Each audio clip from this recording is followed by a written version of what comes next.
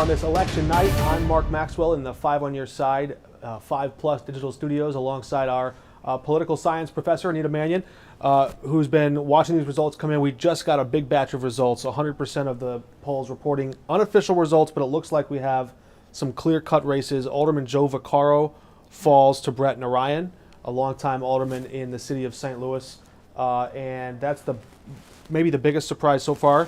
Yeah, but in that one we did have two incumbents matching up. Mm-hmm. So I think if Vaccaro was facing an experienced challenger, it would be even more surprising. Another incumbent, Tina Peel, also losing to activist Michael Browning, who comes in with a pretty strong showing. It looks like Browning has 63% to 36% for Tina Peel. That's another result. We'll just start reading off these results for you quickly. Ann Schweitzer winning a close race in the southern tip of the city against Sheriff's Deputy Tony Kirchner. She won by just about 52 to 47% of the votes there, about 150 votes roughly. Two newcomers, Daniela Velasquez and Alicia Sanye, winning their races. Those were both candidates backed by Mayor Jones and Board of Aldermen President Megan Green. And they were running, at least Daniela Velasquez was running against a former alderwoman from years ago. Right. We saw another one of those candidates from years gone by, and Ken Ortman trying to unseat Kara Spencer. She blew him out of the water. It wasn't close. Definitely. I think overall, the results we're looking at, it's been a good night so far. If you're a Mayor Jones or a Board President Green, most of the candidates they wanted to win seem to be winning. Except one. Sharon Tyus, who's been the longest serving representative of North City. She hangs on to win and defeats Tashara Earl, who Mayor Jones had endorsed. We know the mayor was hoping Tyus would lose. Right. Tyus will remain in her seat there, a prominent critic of the Jones administration and their direction. Right, but in a revamped Board of Aldermen, I think that the progressives can feel pretty good about how this night went. Yeah, and there's two other incumbents here. Norma Walker looks like she will lose her race to Pam Boyd. That's another race to watch there in the 13th Ward. Very low turnout in the 13th Ward there for some reason. But we can also look at the 14th Ward there. We talked about that close race. Rasheen Aldridge looks to have hung on to win by about 80 votes. Just about that. Yeah, very narrow margin. And again, how many times votes. We say every vote counts in these close races.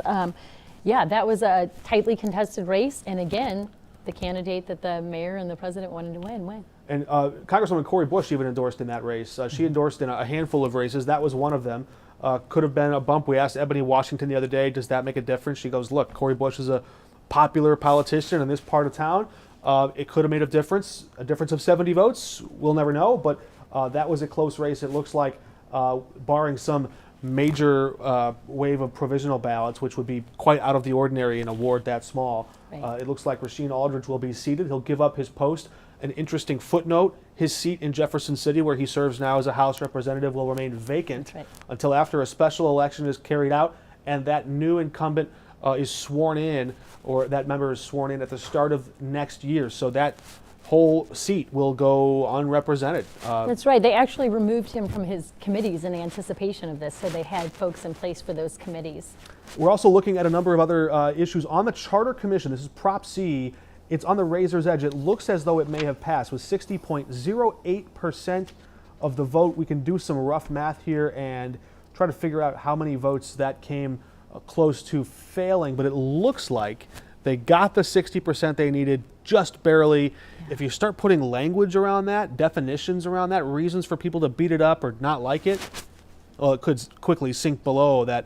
But you'd have a higher turnout in a November election as well. So that's tough to read on that. Yeah, this will be interesting. Assuming it holds, then the mayor and Board of Aldermen are going to convene a commission and they'll start working in August for charter revisions.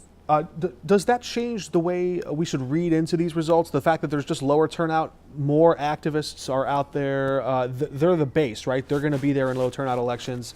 How does the politics shift in a bigger turnout election? Yeah, I think you have to have a more broad-based appeal. In these low turnout elections, it's really, if you can get the grassroots folks, which I think that Megan Green has been really good about doing, and Michael Browning has been really good about doing, and campaigning for other folks who they agree with. Some other races we didn't mention quickly, Joe Vollmer, Tom Oldenburg, also incumbents that survived their races quite easily. We'll have a lot more for